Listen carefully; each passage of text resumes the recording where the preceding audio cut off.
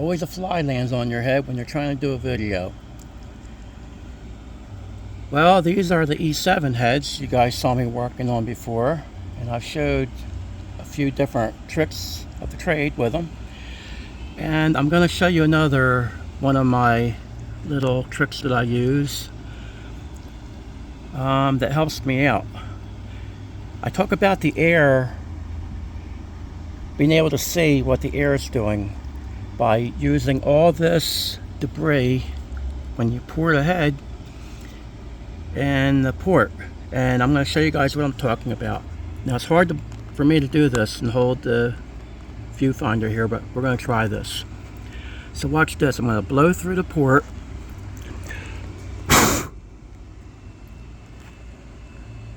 And as you can see, back in here, there's a lot of dust that didn't go out. Now, you would think that that's plenty of room for that dust to go out of this port. It looks pretty good. But let's see what the problem is. There's plenty of room by the guide, but the bowl, even though it looks like it's shaped pretty nice, isn't good enough, evidently. So, what do you do about that? Well, grab your trusty old grinding tool, which is my drill, and we're going to just see what the problem is here.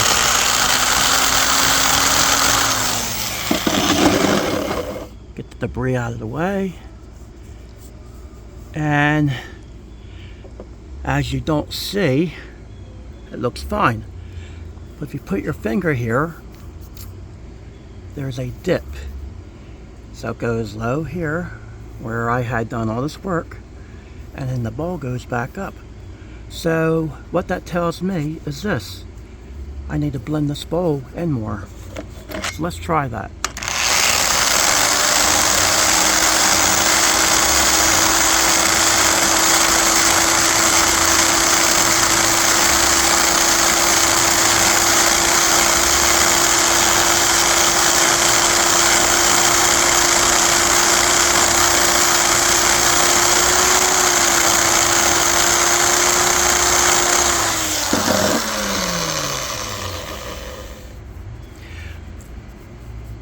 When doing your heads, you really should let your tools stop inside before you pull it out.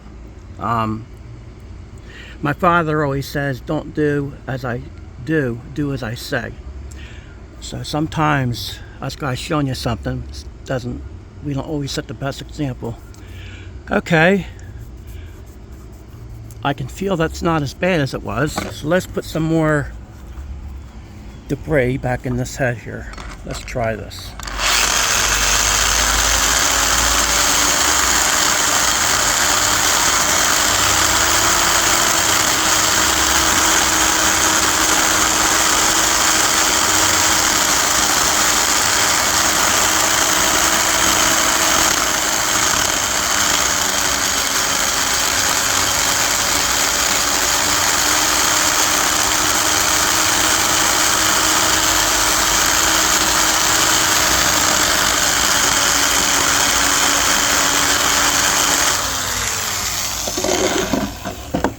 Now, if I was to do this on the finish side, I'd be using a cartridge roll,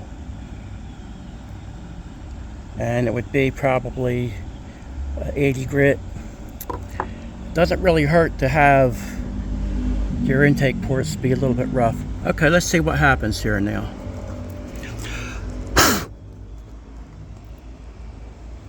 That's what happens, fellas. So I hope this gives you guys a visual here, exactly what I'm talking about when I talk about low spots and a trench area. That's a lot nicer when I feel it with my fingers. And this one here isn't quite as bad. Let's see what this one does.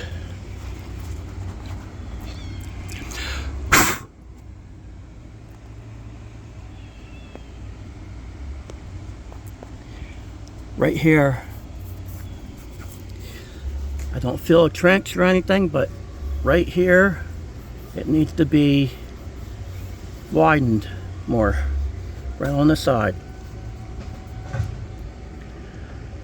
So this is how you can tell when you run into a little bit of a problem and you don't think it's a problem because it looks good to your eye. I hope this explains a little bit when I tell you guys about the trenches and your low spots, keeping the stuff when you pour it tight to the wall where there's no low areas with your carbide bit or whatever you're using, sanding roll and all that stuff. So that should give you a little bit of an idea right there. Let's try to open this up a little bit in real time here. It's hard to do this one-handed, fellas, with me doing this demo, bending over and trying to hold the viewfinder. Let's try it.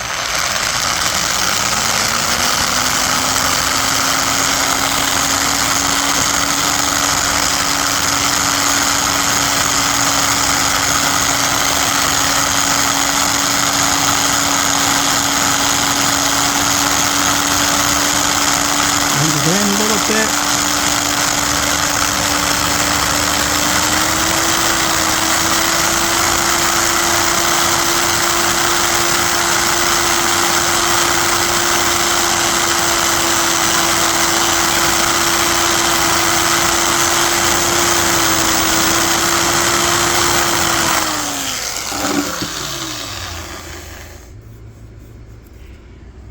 Still a little high spot there, but we'll see what happens here. It doesn't take a whole lot to make a difference sometimes.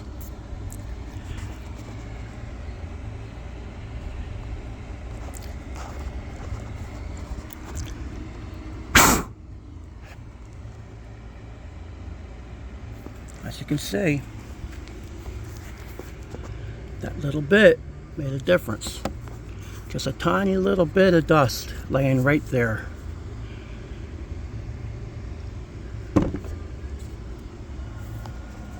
So I hope that shows you something.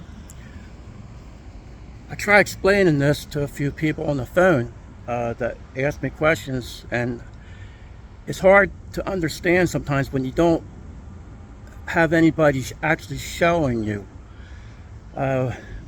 Some people don't know what a trench is, even when you do a head. They'll think, well, that doesn't hurt anything, just you moving the bit back and forth. How much is that going to hurt? You just got a little bit right there at a corner where it's a little bit rounded out too much. That stuff will slow down the air. It makes it go dead. And how much horsepower is it worth? I don't know if you gain anything, but why not have all the work you do be to the best that it can be, to what you can see with your eye. And what you can't see with your eye, that shows you what looks good to you isn't always good. That's my opinion about this. I'm trying to show this little trick here. And also I'm using the grinding stone right here. It's a lot easier, a lot faster for me right now. I'm down on some sanding rolls. And actually, guys, these things, you don't want to breathe this stuff in. The sanding rolls have different materials in them, just like sandpaper. I don't know, they use different things to make the sanding rolls with, and I don't know what it is, but I can tell when I use these things. I paid a price because, as you can see, I don't wear a mask or anything. I'm outside here, it's ventilated real nice, and I don't have my face right up to it. But when I'm in closed locations like a garage, or it's not ventilated real well, I can tell when I have my face down in there and doing this work. I have a few little problems at night, coughing and trying to get the stuff out of me. Now you will anytime you grind metal. If you have it in the air, it's not just a sanding roll. So just be safe. Don't push your luck, and breathe stuff in if you don't have to. Every once in a while you're going to get a whiff of something here and there, but don't just ignore it and keep going at it. Try to take a break, walk away, put a fan, put a vacuum cleaner in the port if you have to keep the dust out if you're not checking anything like this here. Just clean up after yourself a little bit as you go, where the dust isn't blowing all over. And then if you're using like a drill or something with air, you're not blowing the stuff in the air. And this stuff will stay in the air. If you just go and blow your bench off or blow the head out, them particles will stay in the air. You might think they won't, but they will. And they'll be in places you won't even imagine. When I do this stuff in my son's garage, we find metal all over the place. And I don't run high speed like a lot of guys. I don't run the speed real high. Now on video here, I do notice it looks like I'm not running it fast at all. It's a lot faster than it looks. It's an optical illusion. It looks like I'm not, the paper's not turning that fast, or just grinding stone in most cases. It's probably twice as fast as it appears to be on video here. But anyway, one thing I can say, every time I do a video, not every time, but the last two I've done for you guys, I've had flies and bugs and attacking me. I just started to try to do this video a few minutes ago, and I had some wonderful music here in the background where YouTube will strike me for that. So I had to put it off, and I got my little cats running around here. They need some attention. So that's my pretty face. That's my pretty face right there. Yes, it is. I adopted some cats. Not intentionally. You don't think you want any more animals and then you wind up with them. I'm sure a lot of you guys can relate to that. So anyway, fellas, I hope this little video helps you out. You can't go wrong sometimes just taking a minute to blow through a port or put your finger in there and feel. My fingers don't have the feeling in them that they used to be doing this stuff so many years, and a lot of jobs I've had to actually use my fingers sanding and prepping stuff. But anytime you put your finger in there and lay it flat and feel a low spot, that's probably going to be something that you want to address when it comes to porting. But here's another thing. Don't take that too extreme and wind up putting a hole in your head. There's guys that worry about every little bit when it comes to porting this factory stuff, and if you go through on the head, which I had a guy call me, well, he left me a message on my channel before, and he ruined the GT40 head. So if you do that, just trying to correct a little problem like I just showed you, and you go through to the water jacket or something, then that's all in vain anyway. So you're better off. You got to pick and choose your battles with this stuff. Some guys get too carried away. They want everything shiny and pretty and nice, and if you think like that with these E7s and steel cast heads, they're not ever going to look too overly pretty. All you can do is do the best you can with this stuff. If something's out of shape and you do the best you can with it and it still don't look exactly perfect, let it go. What you'll pick up in horsepower, you'll probably never see it, depending where it's at. But if it's in a dangerous zone by a water jacket or something, and you're not sure, let it go. So I'm gonna get back to work here. I have a lot to do still on these heads, believe it or not. I have another little video coming up. I'm going to show you some more on these E7s that might help you out. And that's for probably maybe the next video. So keep watching. If you like this stuff, like and subscribe if you're not subscribed already. And if you have a buddy that's doing anything with the factory parts and you think my video will help them out, show it to them. Don't be stingy. You can't always keep good stuff to yourself. If you think something's going to help somebody, pass it on. I do. That's why I'm on here, showing this mug.